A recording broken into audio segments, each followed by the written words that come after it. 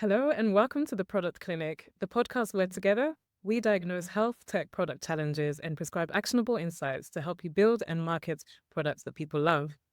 We know building and marketing health tech products is complex, and limited platforms exist to exchange knowledge. This is exactly why my friend Theo and I started this podcast to build a community of product experts that share best practices to transform the future of health tech together. My name is Marianne. I'm your host, and today I'll be introducing a very special guest. She is a seasoned product marketing influencer and teacher with over 13 years of experience leading B2B SaaS product marketing efforts in startups and Fortune 500 tech companies across various industries. She's passionate about mindfulness, career growth, authentic leadership, traveling, and more. I met Div as she was facilitating an event held by the Product Marketing Alliance, which is not only a community for product marketers, but an educational platform where they can continuously learn and grow. Div also mentors other product marketers and is an active communicator on a range of podcasts. Today, we'll be delving into product marketing as a whole, Div's journey into the field, and how she navigated the nuances of working in health tech. Welcome, Div. Thank you so much for coming. I'm really happy to have you here. How are you doing? Thank you, Ari. And it's a true pleasure. I enjoy these conversations and I'm looking forward to dive in. Thank you so much for having me. Okay, let's get straight into it. Can you tell us a bit more about yourself and your journey into product marketing management? How did you get here?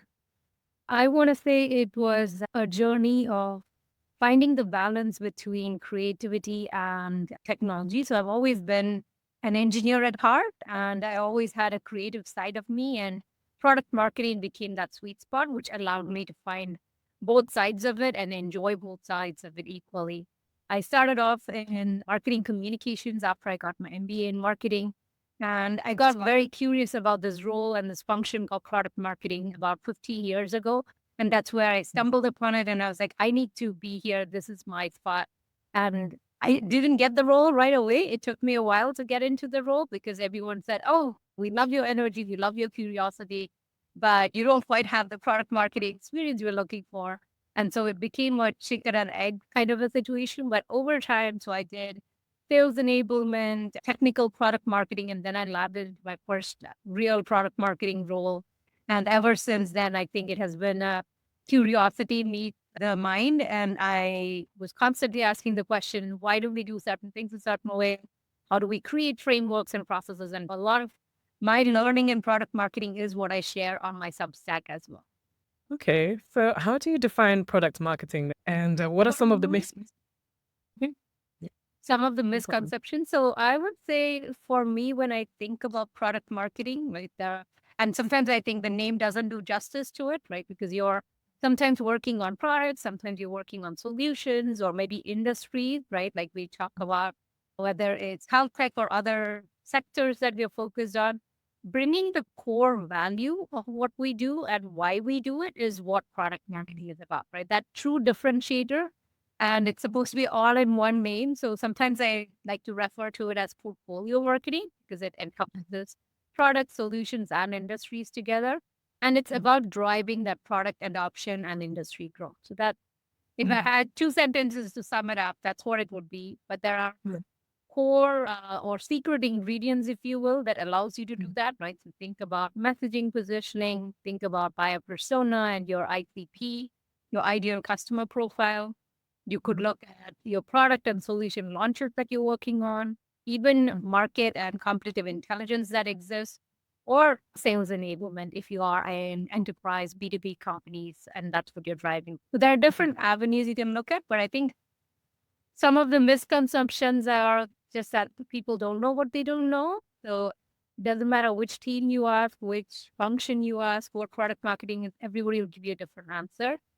Knowingly or unknowingly, that can be a plus or a minus because you get to shape it, but that also means you're constantly educating and building that awareness. And this is why being on these podcasts and helping that awareness is what I love to do. So, what does it actually involve? So, you mentioned the different aspects, but on a day to day, what does that look like? We're probably working on putting together a messaging and positioning of our product or solution.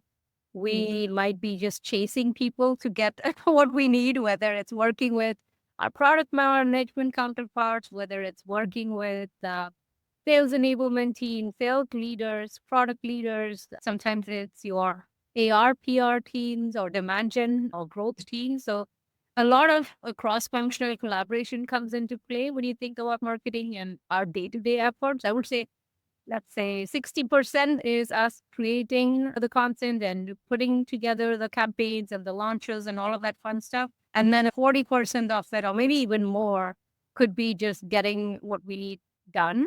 And so that's probably where we spend a lot of our time and effort. Given your experience, what value have you seen that product marketing has had for tech companies? And what value do you think it could bring to health tech companies? I would say product marketing is the linchpin across different functions within an organization. Product marketing, I still would say, is still nascent enough that it's just still evolving, still growing.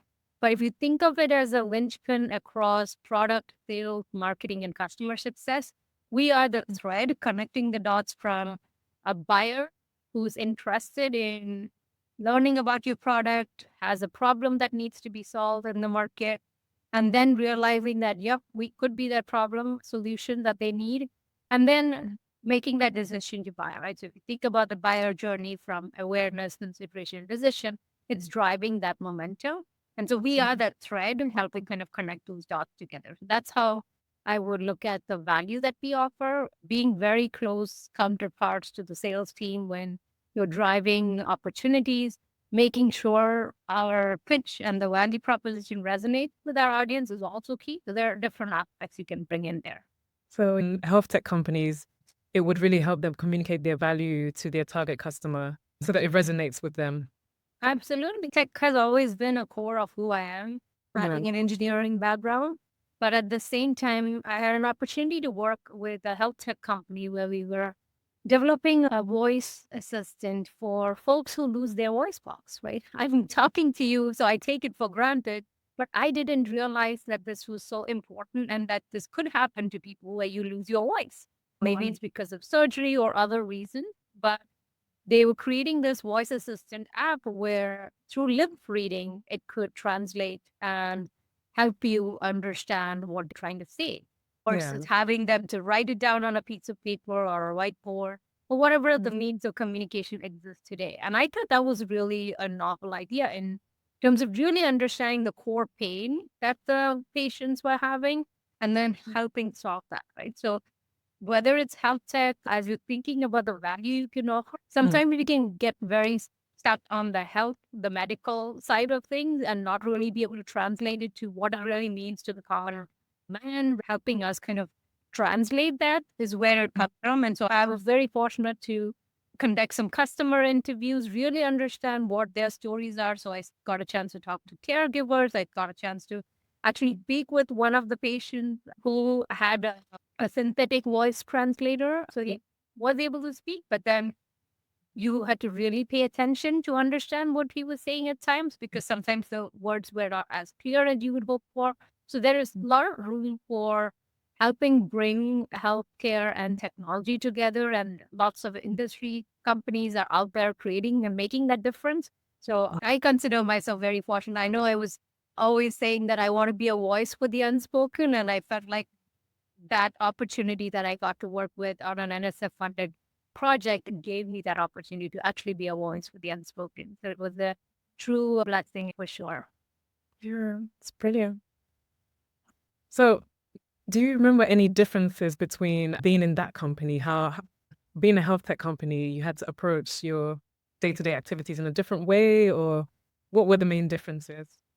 Yeah, so I've been in a B2B SaaS. So think about software as a service organizations. And it, I want to say it was a night and day difference for me because I've always thought about software solving challenges and overcoming obstacles.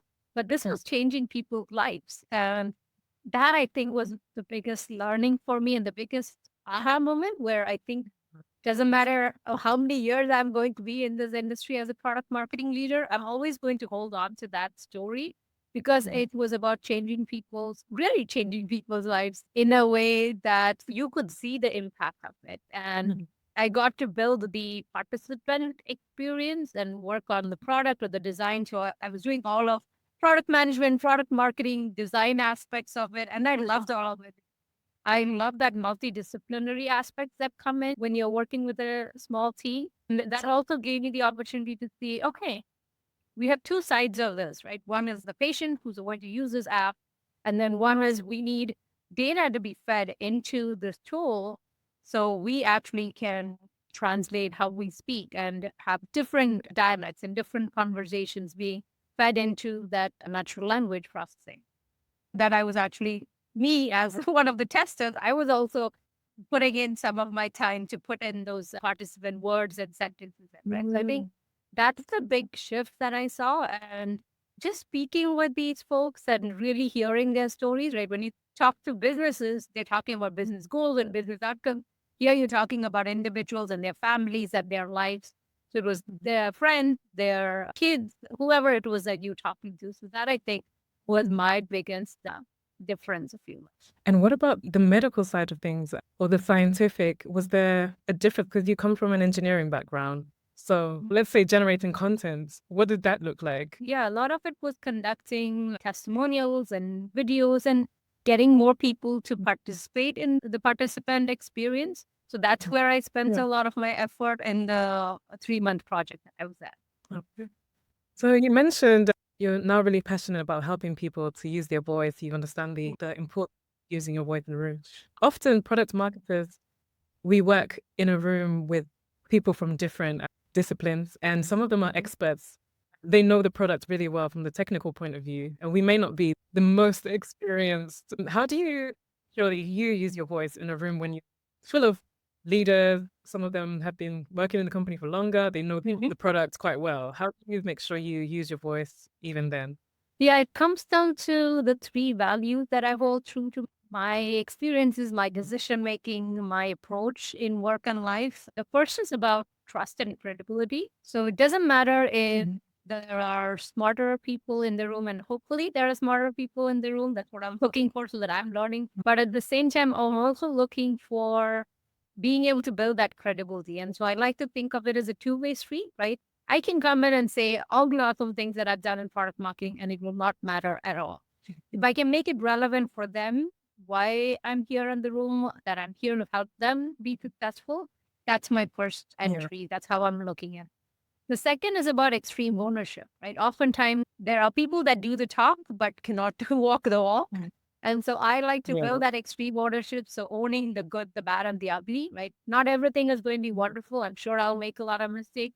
If I'm not making mistakes, I'm not learning, is how I like to think of it. And so I always challenge myself for finding new opportunities. That's why even this project, the Voice for the Voiceless, was important for me because it rooted me in the humanness of us, who we are.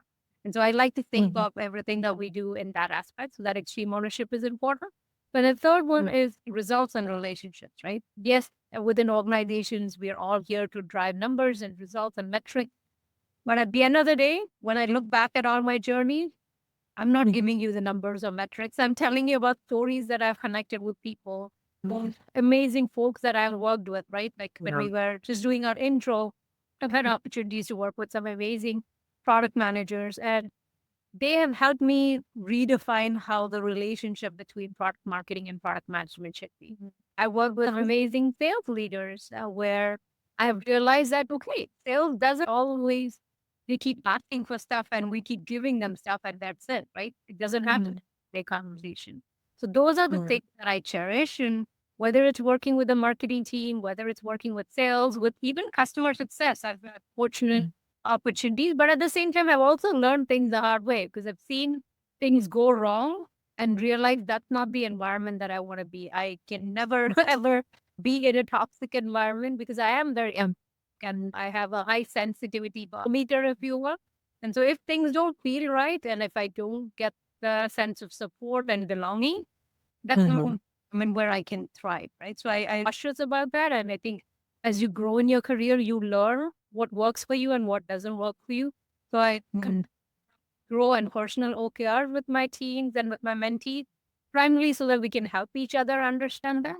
And so making sure you are coming in and showing your value is one part, right? That's you got hired because you've had the credentials, you through the interviews, all of that. But none of that matters. You're in the room with them, right? Helping be an advocate and say, hey, I am here to help us better understand our customers. So I want to be the customer as product marketing. I want to be the voice, but I cannot do that by myself. I need all of your support and help. So I spend a lot of time working with the product management team to better understand the product. Because if I don't understand the product, the value that the product offers, yes, we have all that technical jargon, the features, the functionality, but that's not what move the needle for a customer to make the decision to continue to be your customer, or for a prospect to think, oh yes, this is exactly what I need, and exactly what I need right now, right? Not 5 years after, but right now. And that's the shift aiming for. So helping kind of build that cross-functional collaboration has always been fundamental. Sounds like relationships plays a vital part. Yeah, it's all about connecting with people. Would say PMM is 90% relationships and 10% doing the thing that needs to be done. So I'm interested in your experience working with product managers.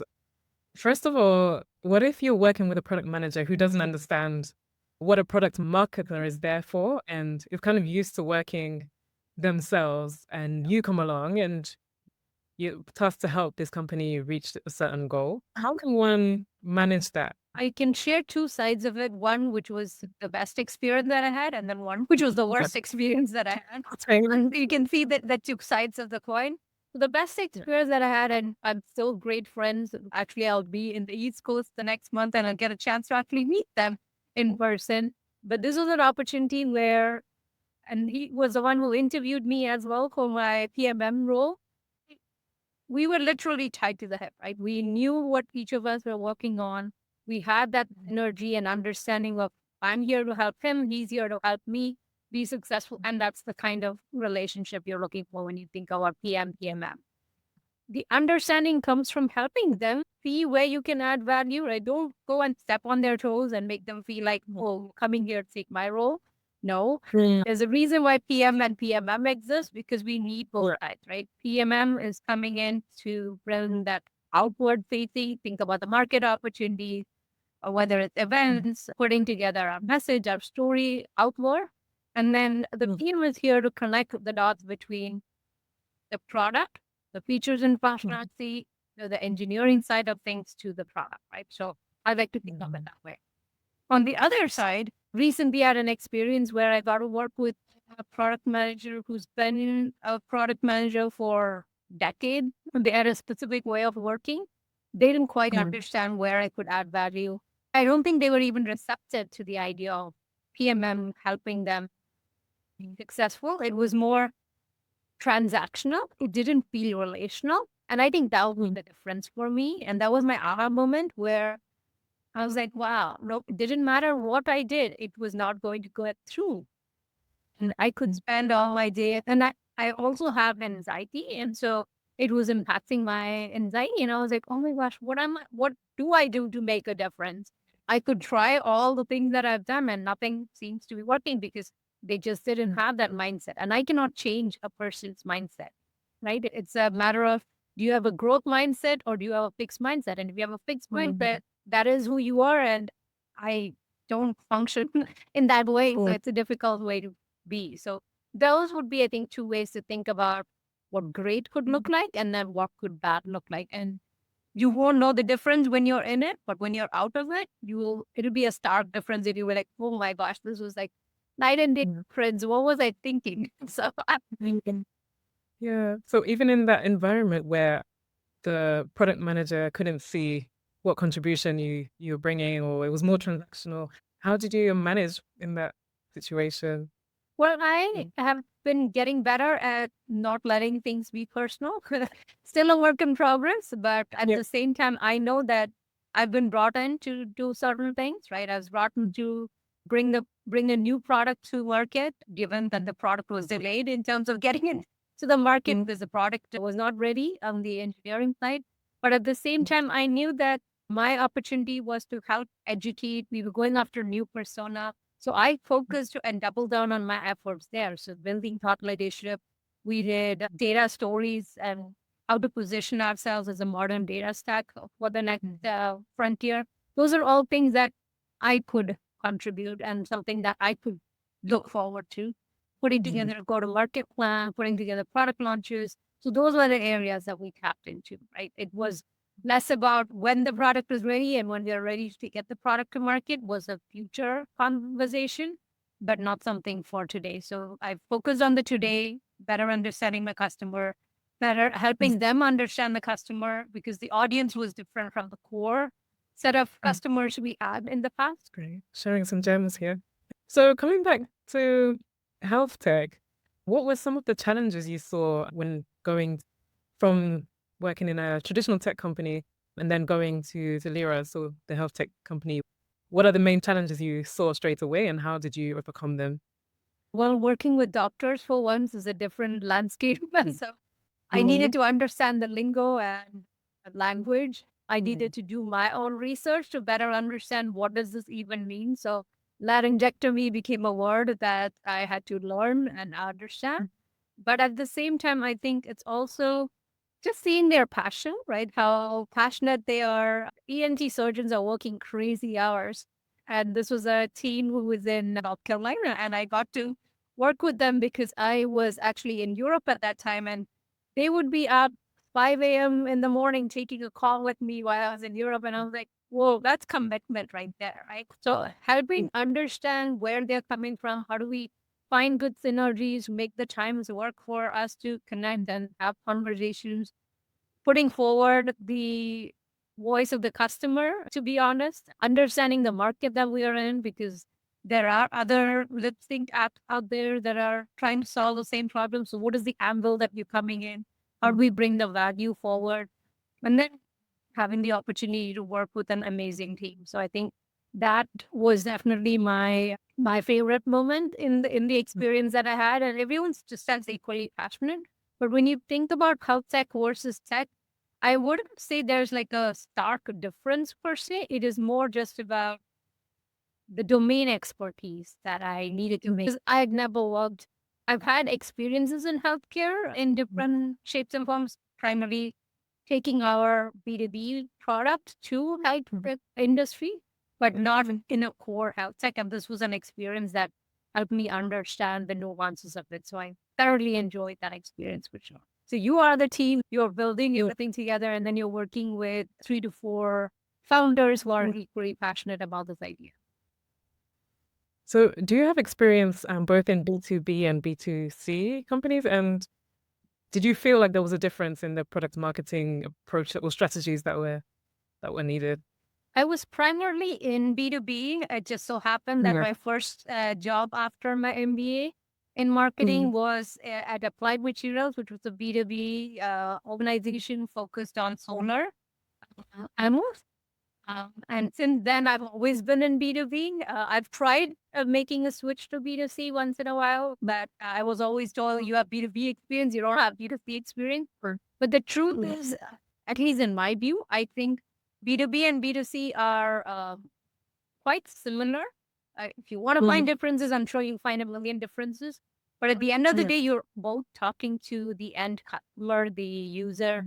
You're trying to help them understand the value that you're bringing, right? Even if you're talking to the buyer, that's where the value comes in, and both are humans. So if we can be connected to that human aspect of it, help kind of build those relationships, I think that's what it is about. But in B2C, there's always the notion that we're going after large audiences, right? It's thousands and thousands of people versus 10 people within a company that you're going after.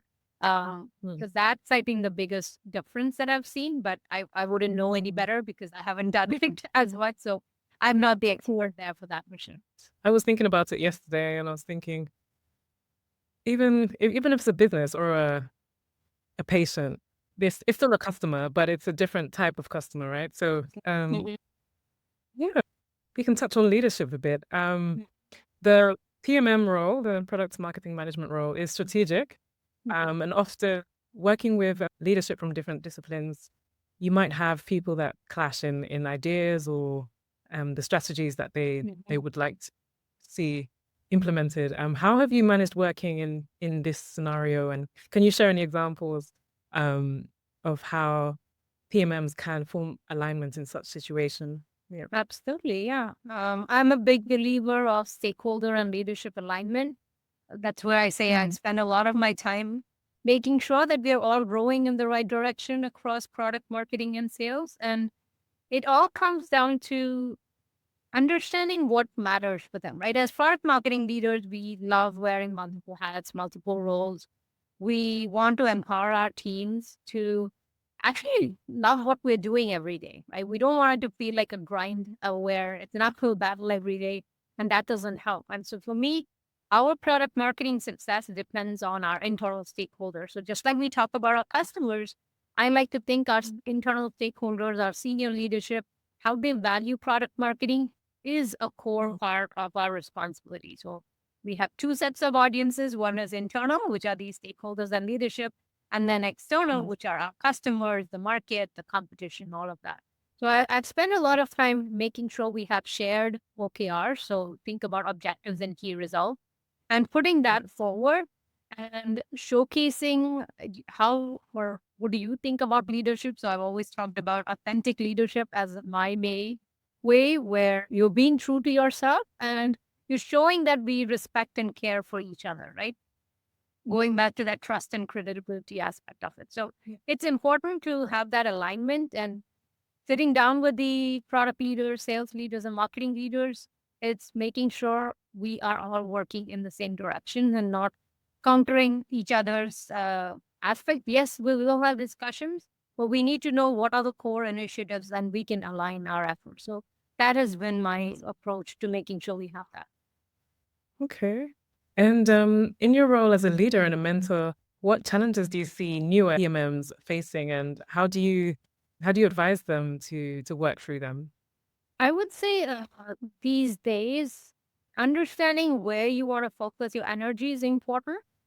Your energy, your time, your resources, the budget, they're always limited. They're never enough for what we want to do as product marketing. So focus on the big picture, right? Try to see what is the problem you're trying to solve and less about the solution, but more about how do we build that synergy? How do we build the connection between the two? Because once you have that connection, right, that's how the great PM relationship was, right? We had that connection, we had the synergy, we knew we were in this together. And I had one of my legal leaders once tell us, we win or lose together. And I was like, absolutely. I can do all the things that I do, but if the other teams are not able to step up and do what's needed, it doesn't matter what I do because we will not be successful, right? So we win or lose together has been the mantra that I've been carrying forward. It's part of how I like to think about that results and relationships value that I mentioned to you. So prioritization is key, right? We have to make trade-off. We cannot do it all.